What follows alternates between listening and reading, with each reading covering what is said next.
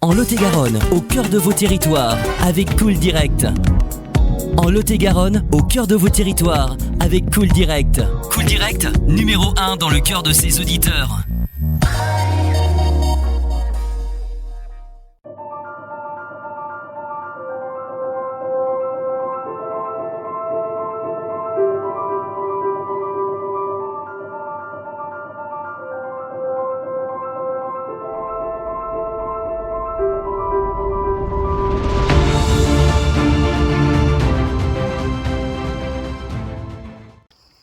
Alors le lama, comparé à ce qu'on peut penser, ne crache pas, parce que c'est la première question qu'on me pose. Le lama crache-t-il? Alors non, il ne crache pas, c'est uniquement son système d'autodéfense. Et après, c'est son système, entre eux, il va y avoir une hiérarchie. Donc celui qui veut dominer va cracher sur les autres. Après, c'est un animal qui est très sympathique, très docile, qui est considéré maintenant comme animal domestique, au même titre que le cheval, l'âne ou n'importe quel animal domestique. Donc tout le monde peut avoir un lama chez lui. Seule condition, c'est qu'il faut au minimum 1500 mètres carrés de terrain.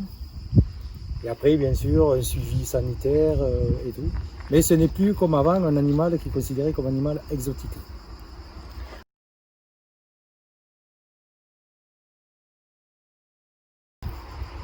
Alors tout simplement parce que j'en suis un peu tombé amoureux. Voilà, non, en fait, je suis une fois tombé sur un élevage de lama que je suis allé visiter. Et c'est vrai que ça m'a très plu. Et comme je voulais valoriser mes terrains, vu que j'avais des terrains, je voulais valoriser ces terrains. Et j'ai dit pourquoi ne pas faire un élevage de lama en même temps qu'une ferme pédagogique pour travailler avec le lama.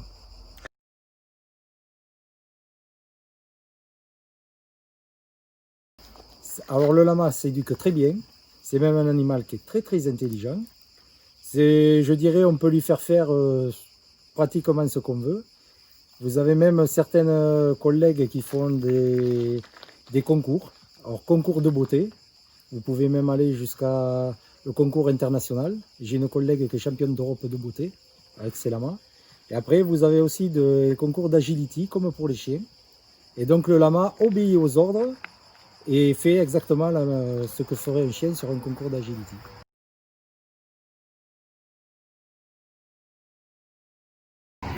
Alors c'est très simple à nourrir, uniquement de l'herbe dans les parcs et après du foin, avec des revaleurs de foin ou du foin, tout simplement.